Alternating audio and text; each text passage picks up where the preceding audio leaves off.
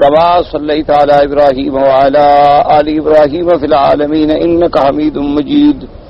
قال الله تبارك وتعالى في كلامه المجيد: أعوذ بالله من الشيطان الرجيم. بسم الله الرحمن الرحيم. سل بني إسرائيل كم آتيناهم من آية بينة ومن يبدل نعمة الله من بعد ما جاءته فإن الله شديد العقاب. زين للذين كفروا الحياة الدنيا ويسخرون من الذين آمنوا والذين اتقوا فوقهم يوم القيامة والله يرزق من يشاء بغير حساب. قال المؤلف والمفسر رحمه الله تعالى: أدام النفع بعلومه وعلومكم في الدارين آمين. إلى أن قال: يقول تعالى مخبرا عن بني إسرائيل كم شاهدوا مع موسى عليه السلام من آية بينة أي حجة قاطعة بصدقه فيما جاءهم به كيده وعصاه وفلقه البحر وضرب الحجر وما كان من تذليل الغمام عليهم في شدة الحر ومن إنزال المن والسلوى وغير ذلك من الآيات الدالات على وجود الفاعل المختار صدق من جرت هذه الخوارق على يديه. ومع هذا أعرض كثير منهم عنها وبدلوا نعمة الله كفرا أي استبدلوا بالإيمان بها الكفر بها والإعراض عنها. ومن يبدل نعمة الله من بعد ما جاءته فإن الله شديد العقاب. اب مفسر رحمۃ اللہ علیہ سورۃ البقرہ کی ان آیات میں ارشاد فرماتے ہیں کہ اللہ پاک خبر دیتے ہیں بنی اسرائیل کے بارے میں کہ بنو اسرائیل دیکھیں کہ اللہ نے ان پہ کتنا انعام فرمائے کہ اللہ تبارک و تعالی نے ایک تو ان کو ویسے شرف بخشا، فرمایا کہ ہم نے انبیاء بھی بنو اسرائیل میں سے چنے ہیں اور ان کو پھر ہم نے ملک اور بادشاہت بھی عطا کی ہے.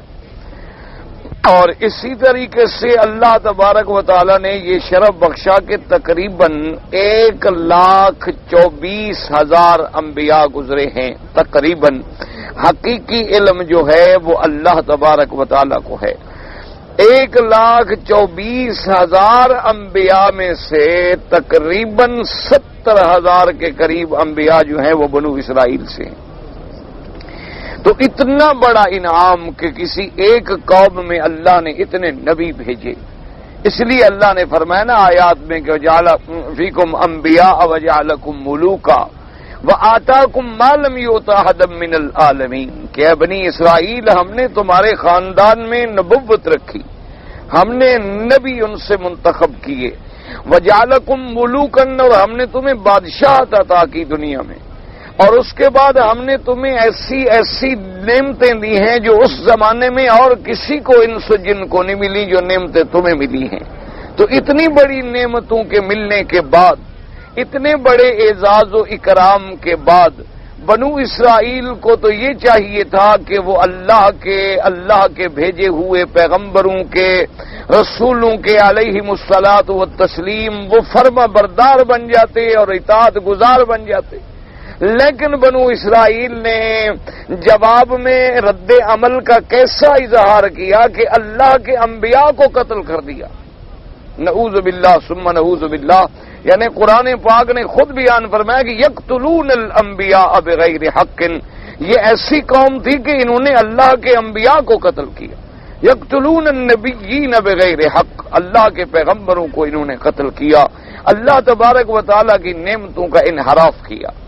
اور پھر سب سے بڑی عظمت جو ملی بنو اسرائیل کو کہ اللہ نے انہیں حضرت موسیٰ علیہ السلام جو کلیم اللہ ہیں، جن سے اللہ نے کلام فرمایا ہے بغیر کسی واسطہ کے، یعنی بغیر درمیان میں کسی فرشتے کے اللہ پاک نے بلا واسطہ کلام فرمایا اور ان کو لقب ملا کلیم اللہ کا. اللہ تبارک و تعالیٰ نے ایسا رسول انہیں عطا فرمایا.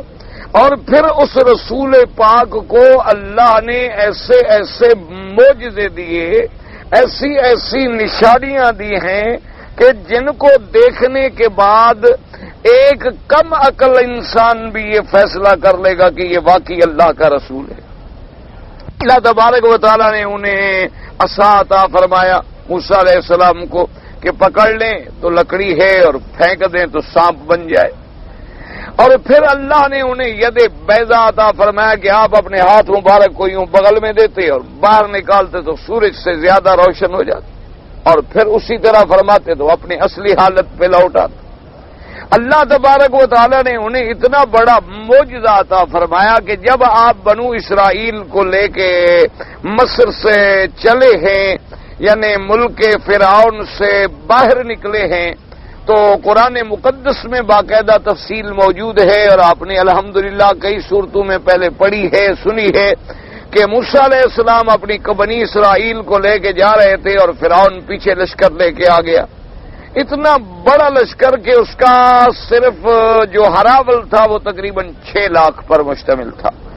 تو اب بنو اسرائیل گھبرا گئے، انہوں نے کہا موسیٰ علیہ السلام اب ہم تو کسی بھی حال میں نہیں بچ سکتے ہیں کہ امامنا البحر ووراءنا العدو، آگے ہمارے دریا ہے اور پیچھے ہمارے دشمن ہے، اگر ہم آگے بڑھنے کی کوشش کرتے ہیں تو یقیناً ہم غرق ہو جائیں گے، اور اگر ہم رکنے کی کوشش کرتے ہیں تو دشمن ہم پہ چڑھ کے دوڑا آ رہا ہے اور وہ ہمیں روند ڈالے گا۔ تو موسیٰ علیہ السلام نے کہا کہ مت گھبراؤ، ان معی ربی سیہدین، میرا رب میرے ساتھ ہے اور مجھے راستہ دکھلائیں گے، مجھے کوئی نجات، جنہوں نے مجھے فرعون سے نجات دی ہے، جنہوں نے مجھے ایک اتنے بڑے ظالم جابر کے سامنے کامیاب فرمایا ہے، وہی پروردگار عالم میری نجات کا بھی بندوبست فرمائیں گے۔ اللہ فرماتی وَأَوْحَيْنَا إِلَىٰ مُوسَىٰ، ہم نے موسیٰ علیہ السلام کے پاس وحی بھیجی کہ تم اپنا عصا جو ہے پانی پہ مار دو۔ حضرت موسیٰ علیہ السلام نے جب عصا مارا دریا پر، اب دیکھیں پانی پر جو کوئی عصا مارا جائے تو پانی کو کیا ہو جائے گا، لیکن کتنا بڑا معجزہ ہے کہ فوراً وہاں پلیں بن گئیں، سڑکیں بن گئیں، رستے بن گئے، اور پھر موسیٰ علیہ السلام کی قوم جو ہے وہ 12 سبط 12 قبائل پہ مشتمل تھی، تو 12 سڑکیں بن گئیں۔ اب جناب قوم پھر اکڑ گئی کہ جی ہم اگر داخل ہو جائیں تو ہمیں یہ تو پتہ نہیں ہوگا نا کہ ادھر والے بھی آ رہے ہیں یا وہ ڈوب گئے ہیں، تو ان کے اندر روشن دان ہونے چاہیے کہ ہم دیکھتے جائیں ایک دوسرے کو۔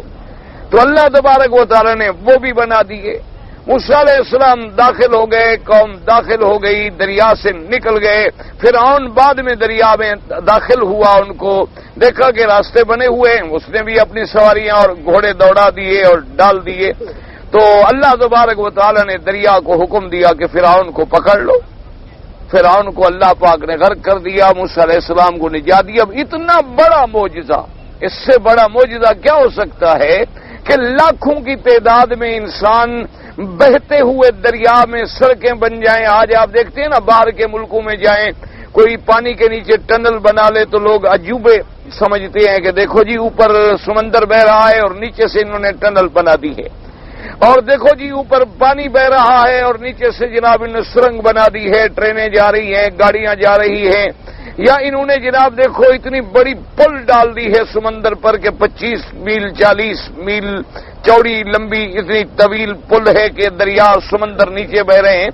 یہ ساری، اچھا یہ ٹنل بنانے کے لیے کتنا پیسہ لگتا ہے، کتنے وسائل استعمال ہوتے ہیں، لیکن وہاں تو اتنی دیر لگی نا بھی آسا مارو اور سب کچھ تیار۔ وہاں تو یہی تو فرق ہوتا ہے معجزے کا اور غیر معجزے کا، کہ یہ چیزیں اسباب کے تابع بنتی ہیں، اور معجزہ جو ہے وہ اللہ تبارک و تعالیٰ کی قدرت سے اپنے نبی کے ہاتھ پہ خارق عادت امر ظاہر ہوتا ہے بغیر اسباب کے، کہ کوئی اسباب نہیں، کوئی سیمنٹ نہیں، کوئی سریا نہیں، کوئی مشینیں نہیں، کوئی وہاں ڈرلنگ نہیں کی گئی، کوئی وہاں سال ہا سال خرچ نہیں ہوئے، حکم دیا نضرب بعصاک البحر، بس دریا پہ تم عصا مار دو، بات ختم ہو گئی۔ اتنا معجزہ دیکھنے کے بعد جب باہر نکلے تو آگے آئے تو ایک بستی پہ گزرے تو وہاں دیکھا کہ لوگ جو ہیں ایک بت ہے اس کی پوجا کر رہے ہیں، تو موسیٰ علیہ السلام کے پاس چلے گئے، کہنے لگے اجعل لنا الہا کما لہم آلہہ، کہ موسیٰ علیہ السلام جیسے ان کا خدا ہے نا، کوئی ایک چھوٹا موٹا خدا ہمیں بھی بنا دو، کیونکہ دیکھو نا یہ اپنے خدا کو دیکھ کے عبادت کریں اور ہمیں تو خدا نظر آتا ہی نہیں، ہم تو بن دیکھے خدا کو مان رہے ہیں، تو ہمارے سامنے بھی تو چلو کچھ آ جائے، ہم بھی تو کوئی خدا بنا لیں۔ موسیٰ علیہ السلام غضب میں آئے، فرمایا انکم قوم تجہلون، بڑی جاہل قوم، کہ اتنے بڑے معجزے دیکھنے کے بعد تم ان پتھروں کے بتوں کو پوجنے کے لیے درخواست کر رہے ہو مجھ سے، کوئی عقل کی بات کرے۔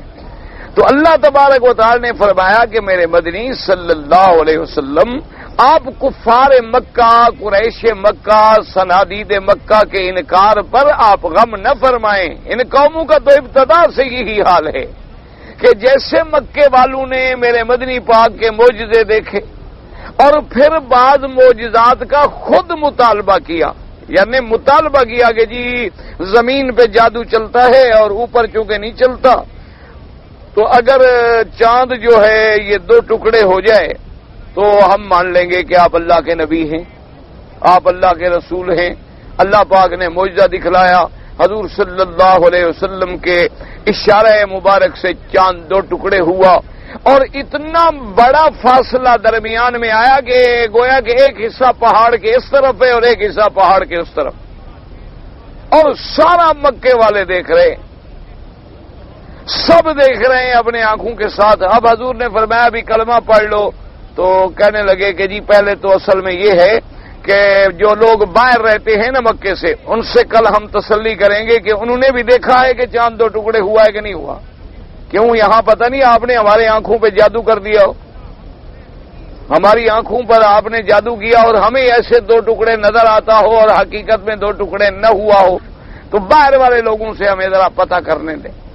تو اب جناب جو لوگ آتے گئے بستیوں کے علاقوں کے، ان سے پوچھتے گئے، انہوں نے کہا بالکل چاند دو ٹکڑے ہوا، ہم تو خود پریشان ہے کہ کیا ہو گیا۔ تو کہنے لگے اچھا ہمیں پتہ نہیں تھا، حضور کا جادو بڑا زور کا جادو ہے، یہ اوپر بھی اثر کر جاتا ہے، پھر بھی ایمان نہیں لیا۔ تو اتنی بڑی، تو پھر حضور صلی اللہ علیہ وآلہ آلہ واصحابہ وسلم تسلیما کثیرا کثیرا، اللہ کے کروڑوں صلاۃ و سلام ہوں میرے مدنی پاک پہ۔ تو آپ کے دل پہ ایک چوٹ تو لگتی تھی نا کہ دیکھو سارے معجزے دیکھ رہے ہیں، ساری باتیں اپنی آنکھوں سے دیکھ رہے ہیں اور بدبخت فوراً انکار کر دیتے ہیں۔ تو اللہ نے فرمایا میرا مدنی آپ نہ گھبرائیں، ان قوموں کا تو یہی حال ہے، بنو اسرائیل کا ذرا پڑھ کے دیکھیں نا کہ کیا ہوا ان کے ساتھ، کہ موسیٰ علیہ السلام کو ہم نے کتنے معجزے دیے اور انہوں نے کیا کیا۔ تو اس پر مفسر رحمۃ اللہ علیہ فرماتی ہیں کہ اللہ خبر دے رہے ہیں بنو اسرائیل کے بارے میں کہ کم شاہدوا مع موسیٰ من آیات بینہ، کہ انہوں نے کتنی کھلی کھلی نشانیاں، کتنی کھلے کھلے دلائل دیکھے موسیٰ علیہ السلام کے ساتھ، جو اللہ نے حضرت موسیٰ علیہ السلام کو عطا فرمائے۔ کا یدہ وعصا، اللہ نے ان کو ہاتھ کا معجزہ عطا فرمایا، اللہ نے ان کو لکڑی کا معجزہ عطا فرمایا، اللہ نے ان کو دریا کے پھٹ کر راستے بن جانے کا معجزہ عطا فرمایا، اور پھر اس سے بھی بڑا معجزہ اور عطا فرمایا کہ جب ان کو پانی کی تکلیف ہوئی، کہنے لگے موسیٰ علیہ السلام ہم پانی کہاں سے پئیں، پانی نہیں مل رہا ہے۔ اللہ تبارک و تعالی نے وحی کی کہ موسیٰ علیہ السلام یہ جو پتھر ہے اس پتھر پہ اپنا عصا مار دو۔ حضرت موسیٰ علیہ السلام نے عصا مارا تو پتھر سے 12 چشمے پھوٹ نکلے۔ تو اللہ یہ معجزہ بھی آنکھوں سے دیکھا۔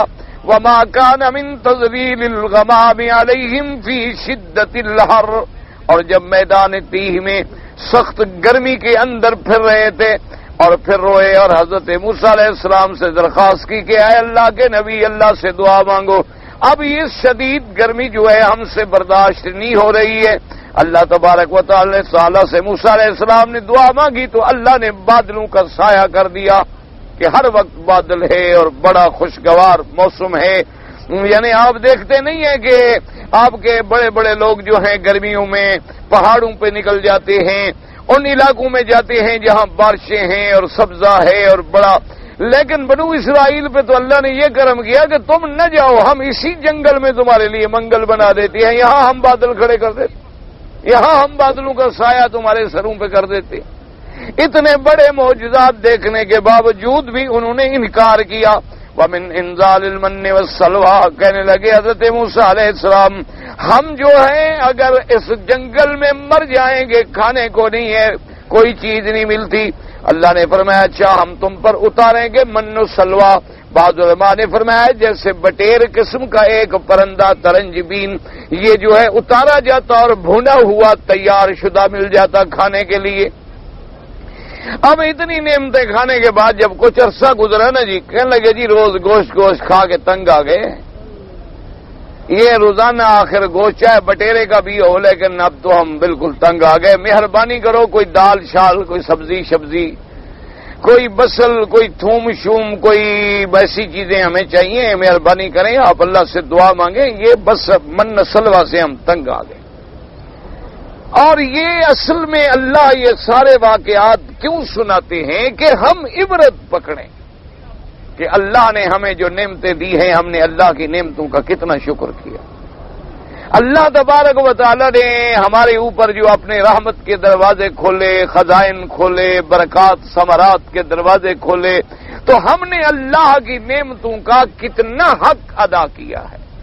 اور یہ قاعدہ ہے کہ جب تم شکر کرتے ہو تو اللہ نعمت بڑھا دیتے، اور جب تم کفران نعمت کرو گے تو اللہ پہ رزق چھین لیتے۔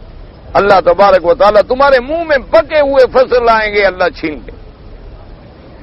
اس لیے ہمیشہ یاد رکھیں سب سے پہلے ایمان ہے، اور اس کے بعد پھر اللہ کے نعمتوں کا شکر ہے کہ اللہ جو نعمت دے شکر کرو، اللہ تبارک و تعالیٰ کی رحمتوں کی قدر کریں۔ وغیر ذالک من الآیات الدالات علی وجود الفاعل المختار، اور اس کے علاوہ بھی ہم نے کتنی نشانیاں ان کو دکھلائیں جو اس بات پہ دلالت کرتی تھیں کہ ہر چیز کے کرنے والا خدا ہے۔ وَالصِّدْقِ مَنْجَرَتْ هَٰذِهِ الْخَوَارِقُ عَلَىٰ يَدَيْهِ، اور یہ ساری نشانیاں دلیل تھی صدق کی حضرت موسیٰ علیہ السلام کی، جن کے ہاتھ پہ یہ خوارق جاری ہوتے تھے کہ بھئی ایک تو اللہ کرنے پہ قادر، اور دوسرا اس کا نبی سچا کہ اس کے ہاتھ پہ جو سارے معجزات ظاہر ہو رہے ہیں۔ لیکن وما هذا اعرض كثير منهم عنها، لیکن اللہ فرماتی ہیں کہ میرے نبی صلی اللہ علیہ وسلم اتنی نعمتوں کے ملنے کے بعد، اتنی نشانیوں کے دیکھنے کے بعد، ان کے اکثریت جو ہے انہوں نے جناب اعراض کیا اور اللہ کے شکر کے بجائے کفر کیا۔ اے استبدلوا بالایمان بها الكفر بها والاعراض عنها، چاہیے تو یہ تھا کہ وہ ایمان لاتے، لیکن ایمان کے بدلے انہوں نے کفر لیا، اطاعت کے بدلے اعراض لیا۔ اس لیے اللہ نے فرمایا وَمَن يُبَدِّلْ نِعْمَةَ اللَّهِ مِن بَعْدِ مَا جَاءَتْهُ فَإِنَّ اللَّهَ شَدِيدُ الْعِقَابِ، كما قال تعالى إخبارا عن كفار قريش ألم تر إلى الذين بدلوا نعمة الله كفرا وأحلوا قومهم دار البوار جہنم یصلونها وبئس القرار۔ اللہ نے فرمایا کہ یہ وہ لوگ ہیں کہ جنہوں نے اللہ کی نعمتوں کو بدل ڈالا، بجائے شکر کرنے کے کفر کرنے لگ گئے اور اپنی قوموں کو ہلاکت میں ڈال دیا۔ ان کا ٹھکانہ جہنم ہے، اور کیا ہی برا ٹھکانہ ہے۔ اس لیے اللہ نے تنبیہ کی کہ اے مکے والو، تم پر تو پھر اللہ نے سب سے بڑی نعمت کی ہے کہ تمہیں محمد مصطفیٰ عطا فرمایا۔ اس سے بڑی نعمت تو کوئی ہے نہیں کہ اللہ نے بنو اسرائیل میں 70,000 نبی پیدا کیے، لیکن ولد اسماعیل میں اللہ نے ایک نبی بھیجا جو سب کا خاتم، سب کا آخر، سب سے افضل، سب سے اکمل، اور جو رحمت للعالمین بن کے آئے اور خاتم الانبیاء والمرسلین بن کے آئے۔ اللہ نے فرمایا مکے والو، تم پر تو سب سے بڑا احسان ہے خدا کا کہ اللہ نے تمہارے خاندان میں، تمہارے قبیلے میں، تمہاری قوم میں اپنا سب سے افضل رسول بھیجا، حضرت محمد الرسول اللہ۔ اور پھر اللہ نے آپ کو ایسے معجزے عطا فرمائے کہ پہلے پیغمبر بھی گزر گئے، معجزے بھی گزر گئے۔ اب موسیٰ علیہ السلام کے معجزات کے بارے میں ہم پڑھتے ہیں قرآن میں، ہمیں پتہ چلتا ہے کہ ان کو یہ معجزہ ملا، یہ معجزہ ملا، یہ معجزہ ملا۔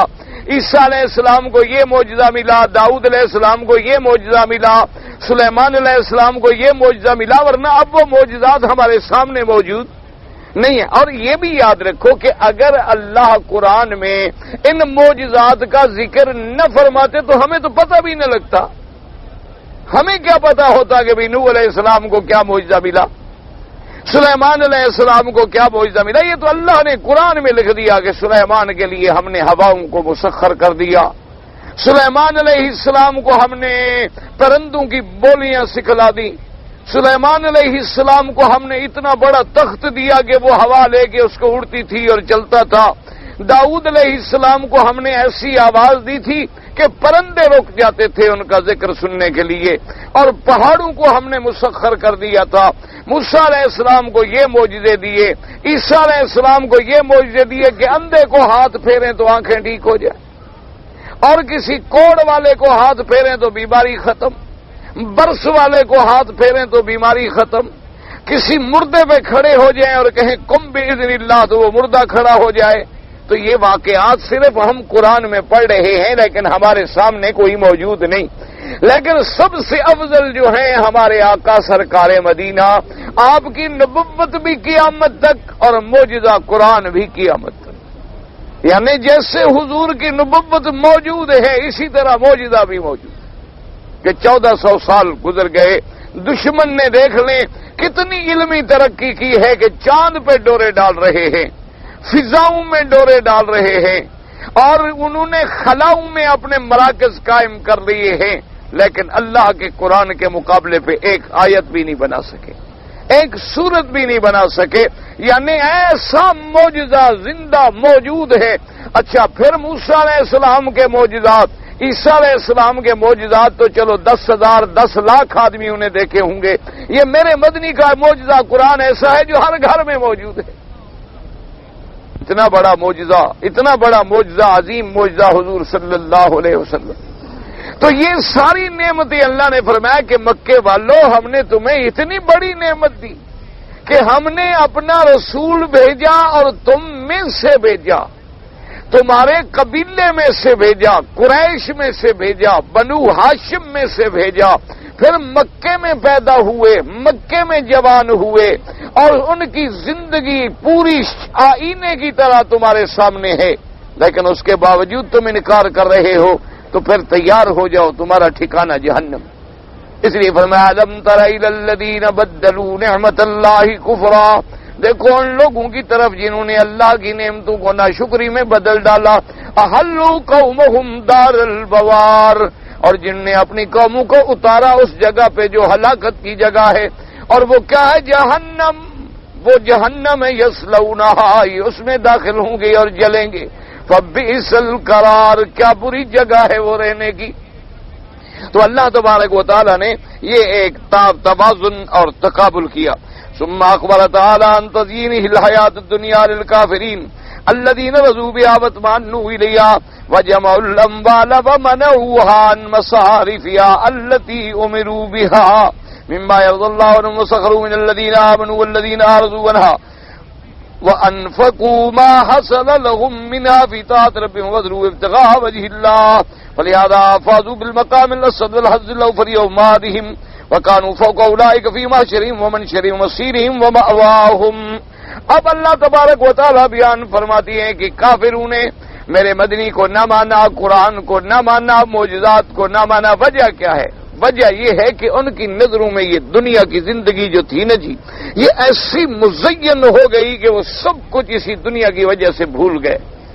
آج بھی آپ دیکھیں نا کہ جن لوگوں کے اللہ تبارک و تعالی رحمت فرمائے ہم اور غم دنیا بن گئی ہے نا, ان کو بس ہر وقت ایک فکر ہوتی ہے کہ میرا گھر سب سے بڑا ہو, میری گاڑی سب سے اچھی ہو, لوگ مجھے بڑا آدمی سمجھیں.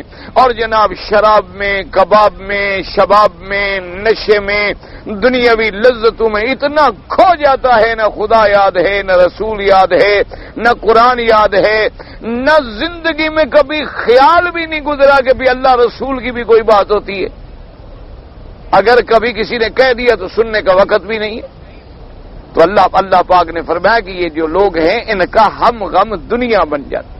تو جب ان کی انتہائی سوچ یہ دنیا ہے تو پھر یہ, حالانکہ یہ نہیں سمجھتے بدبخت کہ بھئی دنیا تو ایک دارالامتحان ہے, یہ تو امتحان کی جگہ ہے. یوں سمجھ لو نا جی, جیسے بعض علماء بطور مثال سمجھاتے ہیں کہ آپ نے ٹرین پہ سفر کرنا ہو یا اپنے ہوائی جہاز پہ سفر کرنا ہو, اور آپ جناب جائیں اور جب ایئرپورٹ پہ پہنچے تو اپنے ملازمین سے کہیں کہ بھئی یہاں بستر لگا دو, اور یہاں جب ٹیبل لگاؤ، یہاں میرا سامان ذرا نکال کے سیٹ کرو، تو لوگ کہیں گے بڑا بیوقوف آدمی ہو، کہیں گے یہ کیا بات ہے آپ یہاں رہتے ہیں؟ نہیں میں نے جہاز پہ جانا ہے۔ کہیں گے بیوقوف آدمی 2 گھنٹے کے بعد جہاز چلا جائے گا تو سامان لگانے کا کیا مطلب؟ یہ تو مسافر خانہ ہے، آدمی آیا، وزن کیا، چڑھا اترا گیا، بس۔ اسی طرح کوئی آدمی اگر ٹرین اور گاڑی کے پلیٹ فارم پہ جا کے بستر لگانے شروع کر دے اور وہاں جناب ٹیبلیں سجانی شروع کر دے، تو یہ تو کم عقل والی بات ہے کہ گاڑی آئی، مسافر بیٹھا اور نکل گیا۔ یہ دنیا تو اسی طرح ہے، آج ہے کل نہیں ہے، ہم نہیں ہے تو دنیا نہیں ہے۔ من مات قامت قیامت ہو، جو مر گیا اس کی قیامت تو قائم ہو گئی، اب تو وہ قیامت کو اٹھے گا۔ تو اصل تیاری تو ہمیں اس عالم کے لیے کرنی چاہیے جس میں ہم نے ہمیشہ رہنا ہے، اور اس کے لیے اتنا کریں جتنا ہم نے رہنا ہے۔ اب دیکھیں نا جی، اس میں ہم نے رہنا ہے 50 سال، 60 سال، 100 سال۔ اچھا 100 سال بھی عمر مل جائے ہمیں تو پہلے 15 سال تو بچپن میں گزر گئے، اچھا آخری 15-20 سال جو ہیں وہ بڑھاپے میں گزر گئے، باقی درمیان میں کتنی بچیں گے؟ وہی 60 سال۔ اچھا 60 سال میں آدھا تو رات گزر گئی سونے میں، باقی آپ کے پاس کتنا مدت بچی ہے، کتنا ٹائم بچا ہے، اور اگلے دنیا میں آپ نے کتنا رہنا ہے کہ جس کے بعد موت نہیں ہے۔ یعنی وہاں آپ یہ نہیں کہہ سکتے کہ ہم 1000 سال رہیں گے یا 2000 سال، بلکہ وہاں تو ایسی زندگی ہوگی خالدین فیہا ابدا، اللہ نے فرمایا وہاں ہمیشہ رہنا ہے۔ اور وہاں تو موت کو موت آ جائے گی، باقاعدہ اہل جنت کے سامنے حدیث مبارک میں آتا ہے کہ موت کو ایک مینڈھے کی شکل میں لایا جائے گا اور اللہ حکم دیں گے کہ اس کو ذبح کر دو، موت کو موت آ گئی، اور اللہ فرمائیں گے خلود لا فنا بعدہ، جنت والو اب تم نے ہمیشہ یہاں رہنا ہے، تمہارے اوپر کوئی فنا نہیں، اور جہنمی ہو تم نے ہمیشہ جہنم میں رہنا ہے، اب تمہارے لیے کوئی ٹھکانہ نہیں اور کوئی اس کے بعد نہیں۔ اسی لیے قرآن کہتے ہیں اللہ یموت فیہا ولا یحیا، کافروں کا یہ عالم ہوگا کہ نہ مریں گے نہ زندہ رہیں گے، عذاب ہے ہر وقت۔ اس لیے اللہ نے فرمایا کہ یہ دنیا میں کھو گئے، دنیا کی لذتوں میں کھو گئے، انہوں نے دنیا کو سب کچھ سمجھ کے مطمئن ہو کے بیٹھ گئے، اور اللہ نے جو حکم دیے تھے ان سے انہوں نے اعراض کر دیا، اور اس کے مقابلے پر جو مسلمان ہیں ان لوگوں نے سب کچھ اللہ کے راستے میں خرچ کر دیا، اللہ کی اطاعت میں خرچ کر دیا، اللہ کی فرما برداری میں خرچ کر دیا۔ فلہذا فازوا بالمقام الاسد والحوض الاوفر یوم معادہم، اس لیے وہ مومن جو ہے قیامت والے دن بھی وہی کامیاب ہو گئے، سب سے زیادہ بہترین حصہ لے گئے۔ وَكَانُوا فَوْقَ أُولَٰئِكَ فِي مَحْشَرٍ وَمَنشَرٍ، تو اللہ پاک ان ایمان والوں کو ان سے اونچے درجے دیں گے، عطا فرمائیں گے، مسیر میں بھی، لوٹنے پہ بھی، ماوا میں بھی، مرجع میں بھی، ہر مقام پہ ان کا درجہ اونچا ہوگا۔ فَاسْتَقَرُّوا فِي الدَّرَجَاتِ فِي أَعْلَىٰ عِلِّيِّينَ وَخَلَدَ أُولَٰئِكَ فِي الدَّرَكَاتِ فِي أَسْفَلِ السَّافِلِينَ، اللہ تبارک و تعالیٰ مومنوں کو درجات دیں گے اعلیٰ علیین، چونکہ جنت کے درجات بلند ہوں گے، اور جہنمی اسفل سافلین، ان کے لیے درکات ہوں گے، تو یہ ہمیشہ جہنم میں رہیں گے، وہ ہمیشہ اعلیٰ درجات میں رہیں گے۔ تو اللہ اپنے مومن کو، اصل میں ہم بڑا آدمی سمجھتے ہیں پیسے والے کو، اللہ کے ہاں دولت سے کوئی بڑا آدمی نہیں بنتا، یاد رکھو۔ اگر دولت سے کوئی بڑا آدمی ہوتا تو پھر سب سے بڑا آدمی تو قارون ہوتا، اگر طاقت اور حکومت سے کوئی بڑا آدمی ہوتا پھر فرعون ہوتا، کہ جن کا یہ عالم تھا کہ جس کو اتنی طویل مدت تک کبھی سر میں درد نہیں ہوا اور لاکھوں انسانوں پر حکومت کی، اور حتیٰ کہ اتنی دماغ خراب ہوا کہ اپنی خدائی کا دعویٰ کر بیٹھا کہ میں ہی تمہارا رب ہوں۔ تو اگر اللہ تبارک و تعالیٰ کے ہاں کوئی مقام ہوتا، مرتبہ ہوتا حسن سے، جمال سے، تو پھر ابھی لہب بڑا خوبصورت آدمی تھا۔ اگر کوئی مرتبہ ہوتا حسب سے، نسب سے، تو نوح علیہ السلام نبی کا بیٹا ہے، وہ ضرور جنت میں جاتا۔ آزر ابراہیم علیہ السلام کا ابا ہے، وہ ضرور جنت میں جاتا۔ اللہ کے ہاں تو عزت ہے، ان اکرمکم عند اللہ اتقاکم، کہ جو اللہ سے زیادہ ڈرنے والا ہے اللہ کے ہاں اس کی عزت۔ اب آپ اندازہ فرمائیں کہ خاتم الانبیاء حبیب کبریا سیدنا محمد الرسول اللہ صلی اللہ علیہ وسلم نے فرمایا کہ بلال نے کہا حاضر یا رسول اللہ، فرمایا تمہارا کون سا عمل ہے کہ میں نے معراج کی رات جب میں گیا آسمان میں جنت کی سیر میں تو تمہارے چلنے کی تو مجھے وہاں بھی آواز آ رہی، تم تو وہاں سیر کر رہے۔ تو اب دیکھیں کہ بلال کا کتنا اونچا مقام ہے کہ اللہ کا نبی فرما رہے ہیں۔ بلال نے کہا حضور میرا کیا عمل ہو سکتا ہے، بس آپ پر ایمان ہے، محبت ہے، اور میں ایک بات ہے کہ وضو کر کے 2 رکعت ہمیشہ پڑھ لیتا ہوں۔ تو انہوں نے فرمایا اللہ نے اسی وجہ سے تجھے اونچا کر۔ ایک دفعہ حضرت عبداللہ ابن مسعود رضی اللہ تعالی عنہ ایک درخت پہ کھڑے تھے کچھ لکڑی کاٹنے کے لیے، اور حضرت عبداللہ ابن مسعود رضی اللہ تعالی عنہ جو ہیں صحابی جلیل ہیں اور فقہائے صحابہ میں ہیں، یعنی جن کا مقام صحابہ میں فقہ کے اندر، تفقہ فی الدین کے اندر بہت بلند و بالا تھا۔ تو آپ کی پنڈلیاں مبارک بالکل پتلی تھی، کمزور پنڈلیوں والے آدمی تھے۔ تو ایک صحابی نے جو دیکھا نا تو مسکرائے کہ دیکھو کتنی بریک بریک پنڈلیاں ہیں، جیسے عام آدمی کہتا ہے۔ تو حضور نے فرمایا کیا کہہ رہے ہو، کیا کہہ رہے ہو، اس کی پنڈلیوں کو دیکھ کے ہنس رہے ہو؟ یہ اگر ساری دنیا کی آمد میں اللہ ایک پلڑے میں ڈال دیں تو عبداللہ بن مسعود کی پنڈلیاں بھاری ہو جائیں گی۔ اور میں کیا سمجھ رہے ہو، میرے صحابی کا مقام جانتے ہو کیا مقام ہے؟ تو اللہ کے ہاں عزت ہے دین۔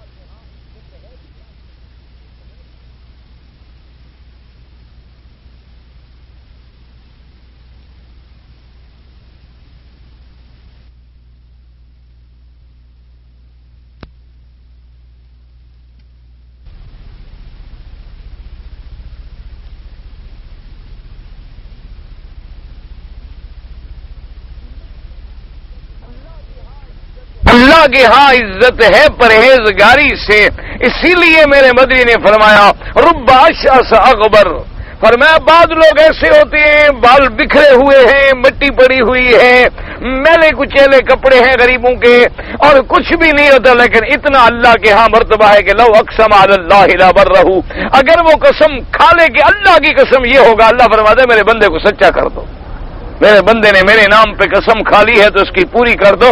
یعنی بظاہر تم دیکھو گے، بلکہ دوسری جگہ میرے مدنی پاک نے ایک اور عجیب مثال دی، فرمایا بعض لوگ ایسے ہوتے ہیں کسی سے رشتہ مانگیں تو کوئی رشتہ نہ دے، کسی سے بات کریں تو کوئی ان کے ساتھ بات کرنے کو تیار نہ ہو، چھوڑو یار غریب آدمی کیا کپڑے بدبو آ رہی ہے ادھر ہو جاؤ۔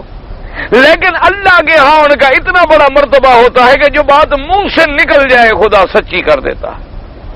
تو اس لیے ہمیشہ یاد رکھے کہ یہ دولت دنیا کچھ نہیں ہے، یہ تو عارضی سی بات ہے، یہ آنے جانے والی چیز ہے۔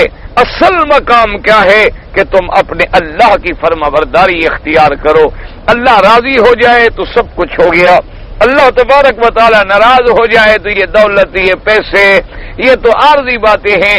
لوگوں کو بڑا جنون ہو جاتا ہے کہ میں یہ جمع کروں، میں یہ جمع کروں، میں یہ جمع کروں۔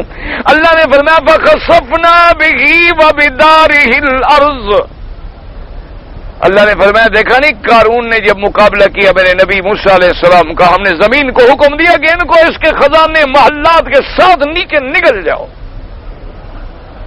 ہم نے زمین میں خسف کر دیا۔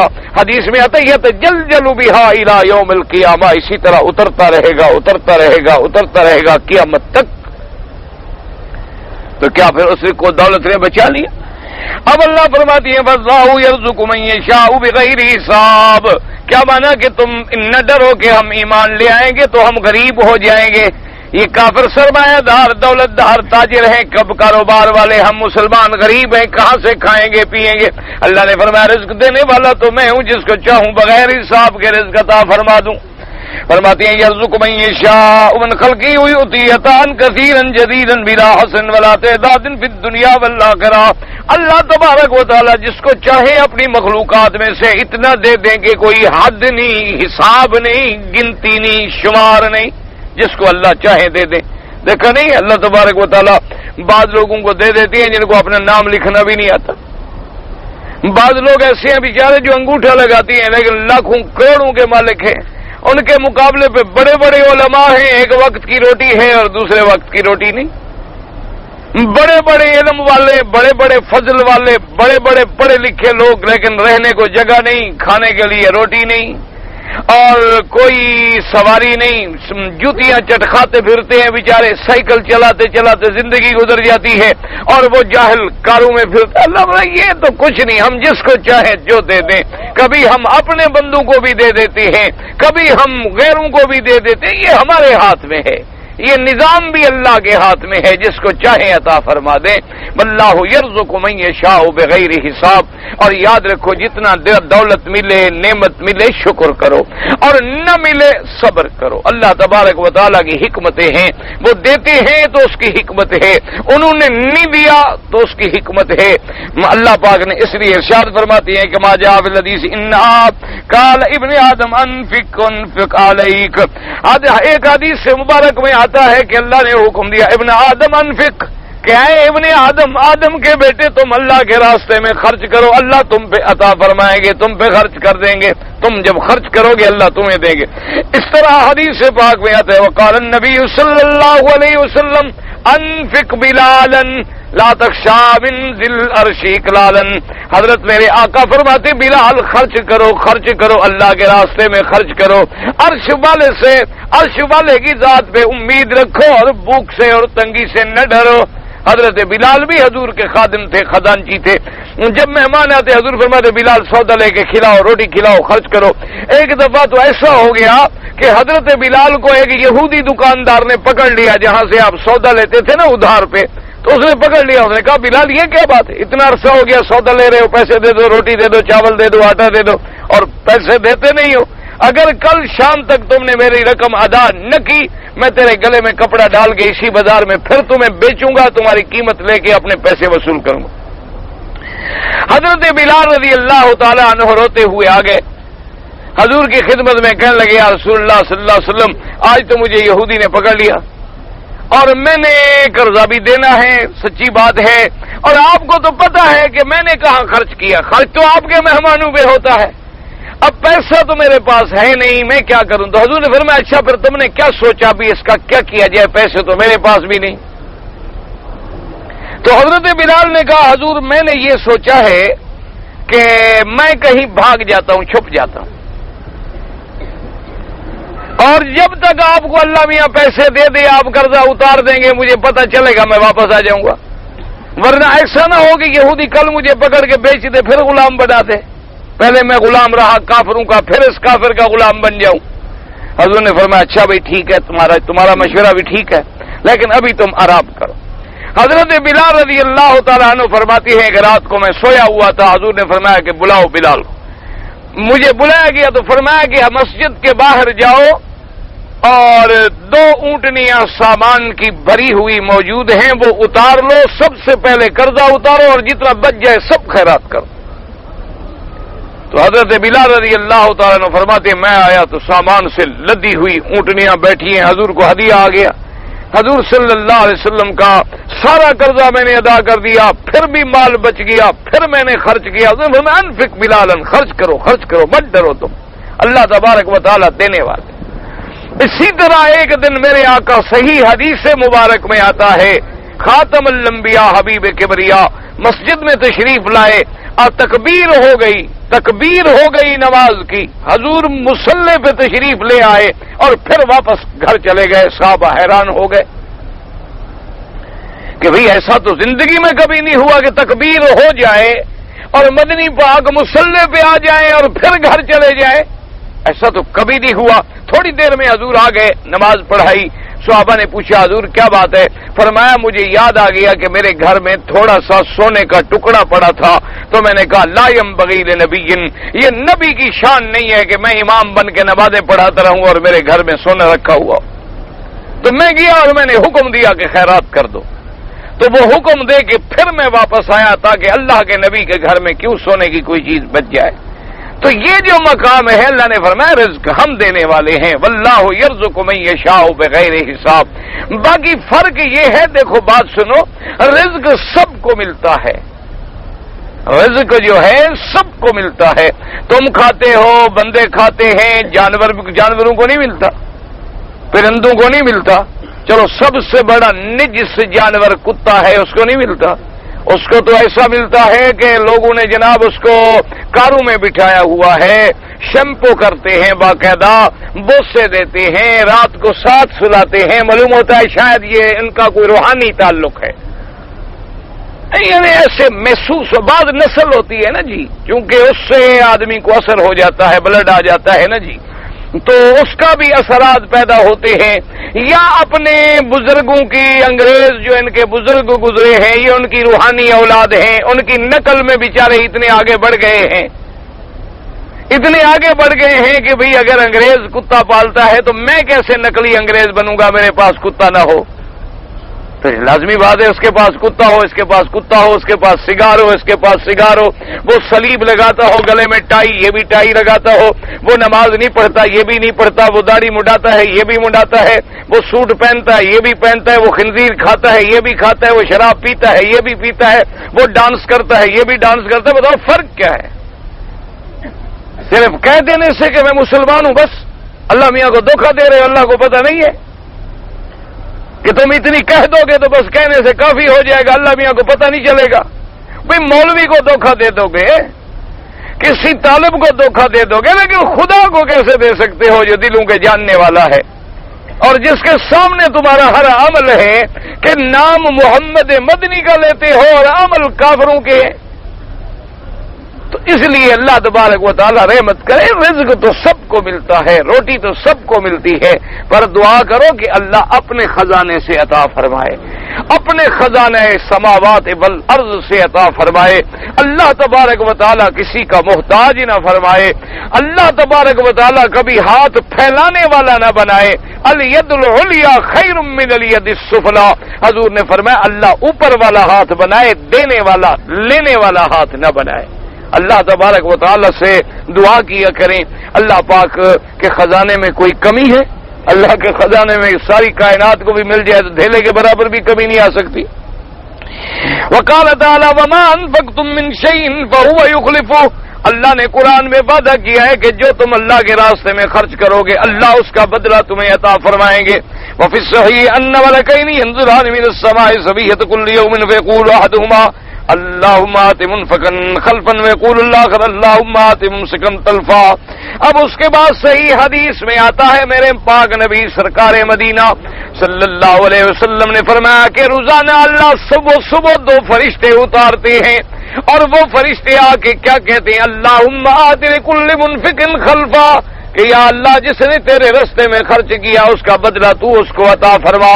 اور دوسرا فرشتہ کہتے ہیں اللہم آت لکل ممسک تلفا، کہ یا اللہ اس نے تیرا حق ادا نہیں کیا، اب بخل کیا، اس کے بال کو تباہ و برباد کر دے۔ تو اللہ کے فرشتے بھی دعا کرتے ہیں، خرچ کرنے والے کے لیے بھی دعا کرتے ہیں، بخل کرنے والے کے لیے بھی دعا کرتے ہیں۔ وفي الصحيح يقول ابن آدم مالی مالی وهل لك من مالك الا ما اكلت فافنيت وما لبست وابليت وما صدقت وامزيت وما سوى ذلك فصاحب وتاركه للناس۔ حدیث صحیح حدیث پاک میں آتا ہے یقول ابن آدم کہ آدم کی اولاد آدم کا بیٹا کہتا ہے مالی مالی، میرا مال میرا مال میرا مال، یہ میرا ہے یہ میرا ہے، یہ محل میرا ہے، گاڑی میری ہے، میرا مال ہے۔ تو اس کو کہا جائے گا وَهَلْ لَكَ مِن مَالِكَ إِلَّا مَا أَكَلْتَ فَأَفْنَيْتَ، کہ اے آدم کے بیٹے کیا ہے تیرا مال تو اتنے ہے جو تو نے کھایا اور فنا کر دیا۔ اور اس کے بعد وَمَا لَبِسْتَ فَأَبْلَيْتَ، جو تم نے پہنا وہ سیدھا کر کے پھینک دیا۔ وَمَا تَصَدَّقْتَ فَأَمْزَيْتَ، البتہ تیرا مال وہ ہے جو تو نے اللہ کے راستے میں خرچ کیا وہ آگے بھیجا۔ وَمَا سِوَى ذَلِكَ فَذَاهِبٌ وَتَارِكُهُ لِلنَّاسِ، اور باقی جو تم اتنی جمع کرے ہو انجام یہ ہوگا کہ ایک دن تم مر جاؤ گے، یہ سب لوگوں کے لیے چھوڑ کے جاؤ گے، تمہارے پلے میں کیا ہوگا؟ یعنی میں نام نہیں لیتا، اللہ پاک مجھے آپ کو ہر مسلمان کو غیبت سے بچائے۔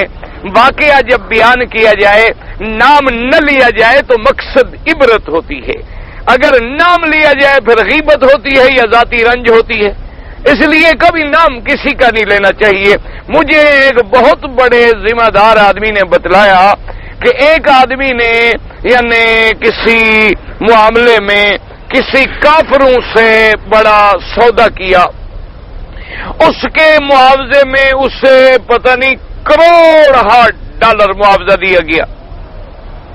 تو جب اتنے پیسے ملے تو انہوں نے کہا کہ دیکھو اب بتاؤ ہم تمہیں یہ پیسے کہاں دیں، کیسے دیں، کیا کریں؟ تو اس نے ایک فرضی نام رکھا، اپنے نام کو توڑ موڑ کے ایک فرضی نام بنایا، بڑا مخفف سا تخفیف کی اپنے اپنے ناموں میں، جیسے محمد مکی میں سے میم لے لیں، میم دوبارہ لے لیں، کاف لے لیں، یہ لے لیں، یعنی ملا کے ایک نام بنا کے تو اس نے جناب ایک خاص بعض بینک ہیں اللہ معاف فرمائے، پتہ نہیں، ہم نے تو الحمدللہ مسلمان بینکوں میں کبھی نہیں رکھا تھا، ہمیں کافر بینکوں کا کیا پتہ، اس لیے اللہ کا بڑا شکر ہے۔ حضرت شاہ جی رحمت اللہ علیہ فرماتے تھے نا کہ لٹتا نہ دن کو یوں کیوں رات کو میں بے خبر سوتا، رہا کھٹکا نہ چوری کا دعا دیتا ہوں رہزن کو۔ وہ کہتے ہیں الحمدللہ اللہ نے اتنا دیا ہی نہیں کہ فکر ہو کہ ڈاکو آگے لے جائے گا، کبھی آ بھی گیا تو کتابیں ملیں گی انشاءاللہ بہترین، وہ اگر چاہیے تو ڈاکے کی بھی ضرورت نہیں، ویسے مانگ کے لے جائے۔ تو اس لیے ہمیں تو کوئی فکر نہیں، بہرحال وہ کوئی سوئٹزرلینڈ کا کوئی بینک تھا، بہرحال اس میں رکھا گیا، اور وہ کوئی کوڈ دیتے ہیں، کوڈ ورڈ ہوتے ہیں، کسی اور کو نہیں ملتا۔ اچھا بدقسمتی یہ ہے کہ وہ آدمی مر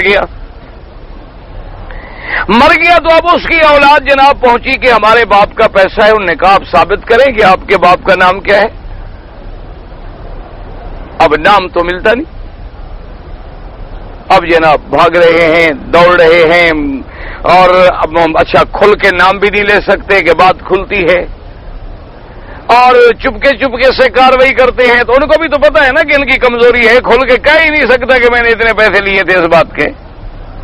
تو انہوں نے کہا کہ ٹھیک ہے جی، یہاں تو مثلاً لکھا ہوا ہے گوبندر سنگھ، اگر تمہارا باپ گوبندر سنگھ تھا تو لے آؤ، ثابت کرو اور پیسے لے جاؤ۔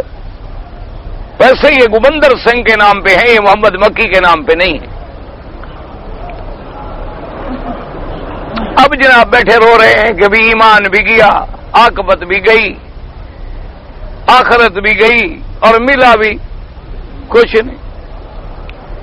یہ تو خیر بڑے لوگ ہوئے نا، بعض ہمارے ایسے لوگ بھی ہیں اللہ معاف کرے، مکے مدینے میں ساری زندگی بھیک مانگتے رہے، ساری زندگی صف اول میں نماز پڑھیں گے، اتنی بڑی داڑیاں ہوں گی، بھیک مانگتے سونے کی گینیاں جمع کی، اور پھر نیچے جو بچھاتے ہیں نا فقیر گندی، جسے آپ نیچے کی رضائی سمجھ لیں، آپ سمجھ لیں گندی سمجھ لیں، سرائکی سندھی میں کہتے ہیں گندی، تو اس کے اندر جناب سیتے رہے، مر گئے حضرت، وہ پڑی رہی، کمیٹی والے لے گئے۔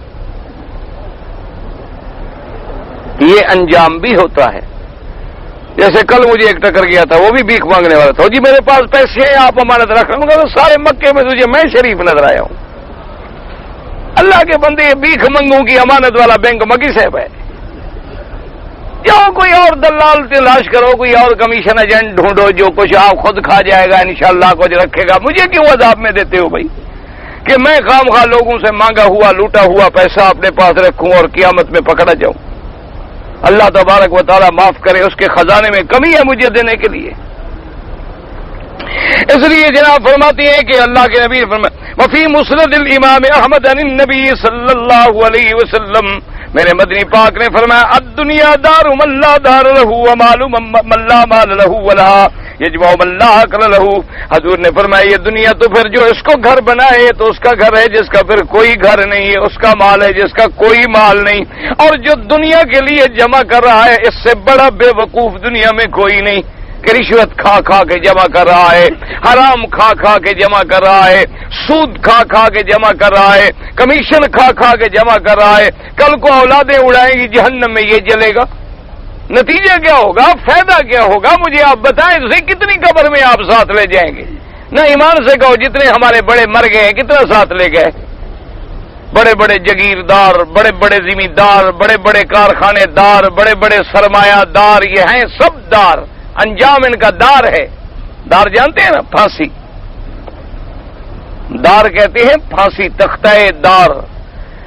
تو بہرحال اس لیے ان کے ساتھ دار ضرور لگتا ہے، سرمایہ دار، جگیردار، یہ سب دار ضرور لگے گا۔ اللہ کے لیے خرچ کرو گے تو پھر دار آخرت بن جائے گی، اور اللہ کے راستے سے ہٹو گے تو دار پھر تختہ دار بن جائے گا۔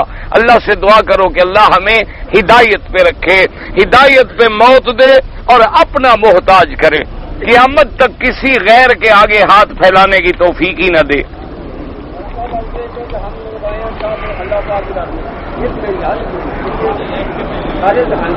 بعد میں آرام سے بعد میں بس. اور بھائی بعد میں عشاء کے بعد ابھی درس ہو رہا ہے, آپ آئے ہیں اللہ کے رب, میں اپنا درس دوں گے تیری بھائی آرام سے بس.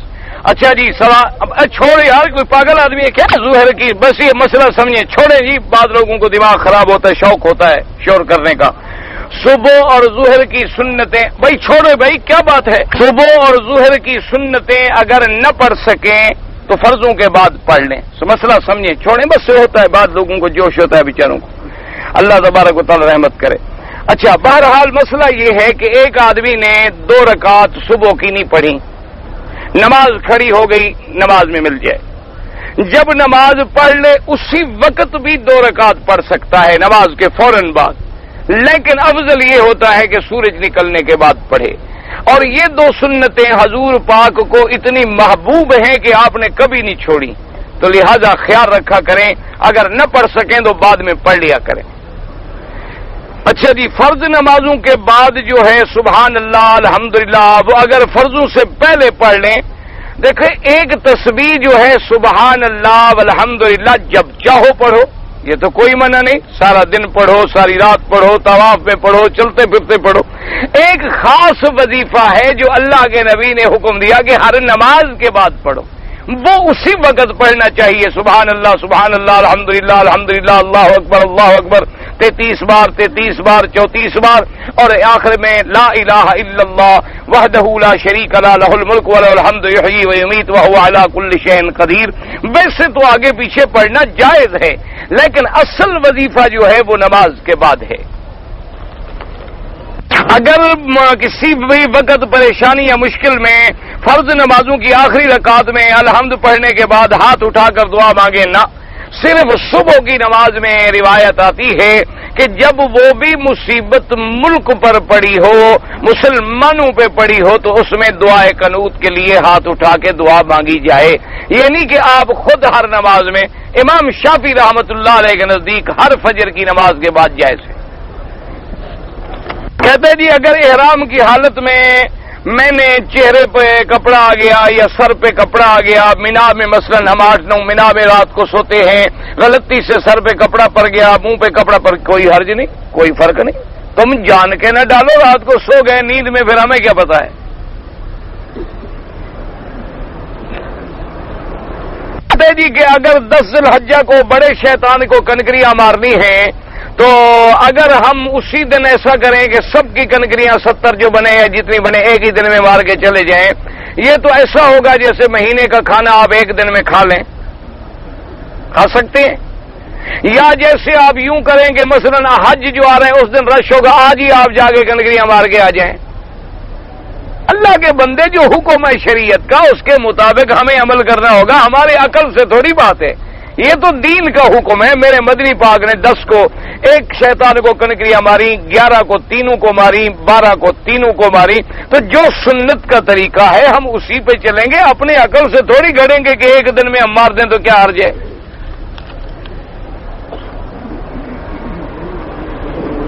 حضرت آدم علیہ السلام, حضرت حوا علیہ السلام, حضرت ابراہیم علیہ السلام, ان کی مزاریں جو ہیں وہ کہاں ہیں, کیوں, آپ نے کیا کرنا ہے. ہاں جی, نہیں آخر کوئی مجھے وجہ بتائے نا, تاکہ پھر میں بھی آپ کے ساتھ چل کے ڈھونڈنے کی کوشش کروں. کعبہ شریف کے آنے کے بعد بھی ابھی مزاروں سے جی نہیں بھرا. اللہ نے اپنا گھر دکھلا دیا. اس سے بڑی بات کوئی ہے؟ اگر تم نے زیارت کرنی ہے تو اس سے بڑی زیارت کوئی نہیں. اگر تم نے ان انبیاء علیہم الصلوۃ والسلام کے رفع درجات کے لیے دعا مانگنی ہے تو ویسے مانگتے رہو, بازار پہ جانے کی ضرورت ہی نہیں. روز ہم پڑھتے ہیں اللہم صلی علی محمد وعلی آل محمد کما صلیت علی ابراہیم وعلی آل ابراہیم, تو ابراہیم کی مزار پہ جا کے پڑھتے ہیں.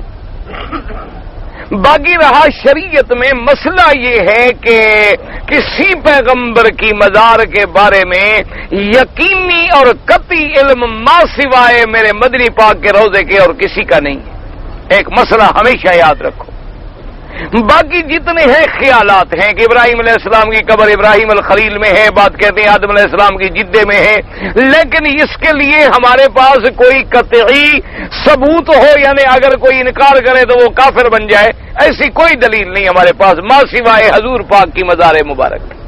ایک بات ہمیشہ یاد رکھیں، تو کیوں باقی ہے لوگوں کے خیالات، وہ تو عجیب ہے۔ جدے میں انہوں نے ایک چوک ہے، سڑک آتی ہے، وہاں انہوں نے جیسے چوک میں عام چیزیں بنا دیتی ہیں، کہیں کوئی بنا دی، کہیں کوئی چیز بنا دی، وہاں ایک انہوں نے بڑا سائیکل کا ماڈل بنایا ہے، سائیکل بائسکل ہے نا، اس کا بڑا ماڈل بنایا، تو بعض لوگوں نے کہنا شروع کر دیا کہ یہ وہ بائسکل ہے جو آدم علیہ السلام چلاتے تھے۔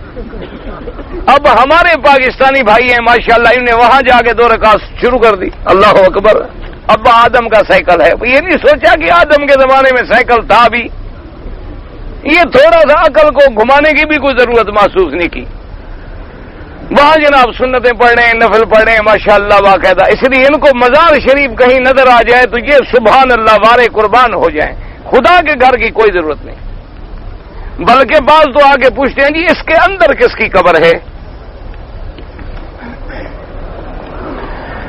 اللہ سے دعا کرو اللہ ہمیں ہدایت دے۔ کراچی میں، کشمیر میں ہے، اچھا جی آپ کی ضرورت اس وقت کراچی میں ہے اور کشمیر میں آپ لے چلیں جی، میں حاضر ہوں، مجھے تو کوئی خوف نہیں۔ اگر کراچی میں میری ضرورت ہے اور میرے جانے سے وہاں کوئی مسلمانوں کی جان مال بچ سکے تو میں حاضر ہوں۔ کشمیر میں اگر میری وجہ سے کشمیریوں کو کوئی نصرت ملے تو میری تو جان بھی حاضر ہے، ہر چیز حاضر ہے، بالکل ہر وقت۔ اچھا جی کہ وہاں نوجوان طبقہ نمازی نہیں ہے، دعا کریں انشاءاللہ ان کے لیے، دعا تو میں روز کرتا ہوں۔ اگر دم پڑ جائے اور پیسے نہ ہوں تو روزے رکھ لے، دم واجب ہے، پیسے نہیں ہیں کوئی بات نہیں، روزے رکھ لے، یا جب اللہ پیسے دے تو بکری کر دے، کوئی ضروری نہیں کہ آج کرے۔ زبانی شکر بھی ہے، اصل شکر ایمان، دوسرا اپنے بدن کو اللہ کی طاعت میں لگائے، تیسرے نمبر پہ ہے شکر زبانی۔ عورتوں کے پردے میں کیا حکم ہے؟ بالکل عورت پردہ کرے، طواف وغیرہ میں بالکل پردہ کرے۔ بعض لوگ عورتوں سے ٹکرا جاتے ہیں، خود بچنے کی کوشش کریں، بلا ارادہ ہو جائے تو اللہ نہیں پکڑیں گے انشاءاللہ۔ باقی یہاں نامحرم عورتیں بازاروں میں کرتی ہیں، اللہ سے دعا کرو اللہ ہدایت دے۔ جو اللہ والے بیعت کرتے ہیں وہ بھی ٹھیک ہے، لیکن سنت کے مطابق عمل سکھلائیں، اگر سنت کے مطابق نہ ہو بدعات ہوں تو پھر بچیں۔ کہتے ہیں جی یہاں بعض لوگ آپ کا درس سننے کے لیے بہت جلدی آگے آگے بیٹھ جاتے ہیں اور بعض لوگ ان کے گردنوں کو پھلانگتے ہیں، یہ اچھی بات نہیں، جو پہلے آئے اس کا حق ہے۔ اگر کوئی آدمی یوں منہ پھیر کے بیٹھ جائے نمازی کی طرف سے کوئی حرج نہیں، وہ تو کوئی مسئلہ نہیں ہے، مستحبات کی بات ہے۔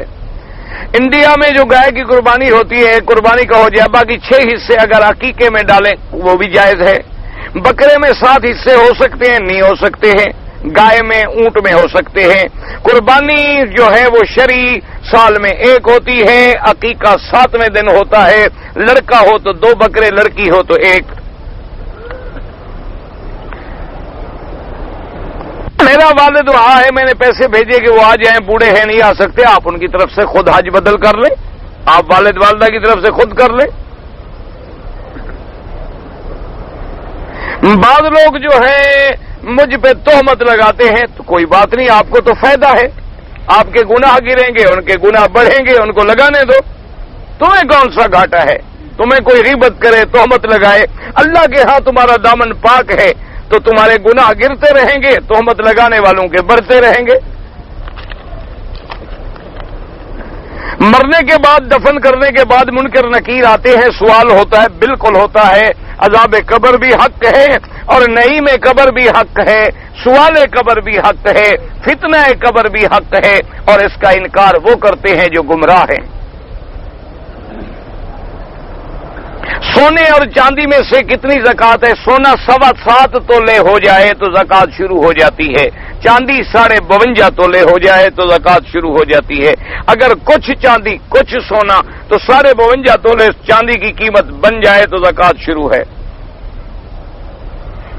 جی کچھ لوگ عمرے پہ آتے ہیں، لوگ کچھ تحفہ یا پیسے وغیرہ دیتے ہیں کہ ان کو کچھ کے بدلے میں جب واپس آئے تو ہدیہ دے، کوئی بات نہیں، ٹھیک ہے، یہ تو جائز ہے۔ دوسرا عمرہ کیا، پہلا عمرہ کیا، سر مڈایا، دوسرا عمرہ کیا، تیسرا عمرہ کیا، ہر عمرے کے بدلے سر مڈوائے، بالکل، بال ہوں یا نہ ہوں اس طرح پھروائے۔ میں کبھی ایک وتر پڑھتا ہوں، کبھی 3 پڑھتا ہوں، یعنی تم اپنے مسلک پہ چلتے ہو، کسی کی بات نہیں مانتے ہو یعنی۔ ویسے تو حدیث مبارک میں 3 بھی ہے، 1 بھی ہے، لیکن تم اپنے خواہش کی پیروی تو نہ کرو، جب مرضی آئی یہ کر دیا، جب مرضی آئی وہ کر دیا، کسی حدیث کے تابع بنو۔ 8 تراویح بھی پڑھ سکتے ہیں، 8 لاکھ ثواب ملے گا، 20 پڑھو گے تو 20 لاکھ ملے گا، تمہاری مرضی، جتنی ثواب حاصل کرو۔ جدے سے مکے آیا، عمرے کی نیت نہیں تھی، طواف کر کے چلا گیا، کوئی بات نہیں، ٹھیک ہے۔ آپ کے طالب علم جو ہیں درس میں لوگوں سے بڑے لڑتے ہیں، جب آدمی زیادہ مولوی بن جائے تو لڑتا ہی ہے، اور کیا کرتا ہے؟ جب زیادہ پڑھ لکھ لے مولوی، آپ دیکھیں مولوی نہیں لڑتے ہیں بھائی، سب لڑتے ہیں یار، تم بٹیرے لڑاتے ہو، مرغے لڑاتے ہو، اگر ہمارے طالب بھی لڑتے ہیں تو سہ جایا کرو کچھ۔ اصل وجہ یہ ہے کہ دین پڑھنے وہ آتے ہیں جو ریٹائر ہیں گھر سے، سمجھ آ گئی نا؟ جب آدمی ریٹائر ہو تو حکومت نوکری سے نکال دیتی ہے، پھر یہ دین پڑھتے ہیں، تو اب ان لوگوں نے لڑنا ہی تو ہے، اور کیا کریں گے بیچارے۔ نوجوان کو آپ نے کم لڑتا دیکھا ہوگا، لڑتا وہی ہے زیادہ جو بوڑھا ہو جائے، من نعمر ہو ننکس فی الخلق، اللہ فرماتا ہے جب عمر زیادہ ہو جائے آدمی پھر بچپن کی طرف لوٹ آتا ہے۔ حجر اسود کا بتاتے ہیں کہ پہلے سفید تھا، ہاں جی بالکل ٹھیک ہے، گناہوں کا اثر ہوا، بالکل ہوا، حدیث میں ہے ذکر۔ 4 رکعت سنت مؤکدہ، سنت غیر مؤکدہ، پڑھنے کا طریقہ ایک ہے۔ عمرے کے ویزے سے سعودی عرب آئے اور قانون غیر قانونی طور پہ چھپ کر حج ادا کرے، حج تو اللہ کر دے گا، لیکن قانون کیوں توڑے اور پکڑا جائے، اپنی بے عزتی کرائے، ملک کو بے عزت کرے، کیوں؟ ایسی حرکتیں نہیں کرنی چاہیے، جو قانون ہے اس کے مطابق چلو۔ رکن یمانی کیا ہے؟ وہ بھی جنت کا ایک ٹکڑا ہے اور یمن کی طرف ہے۔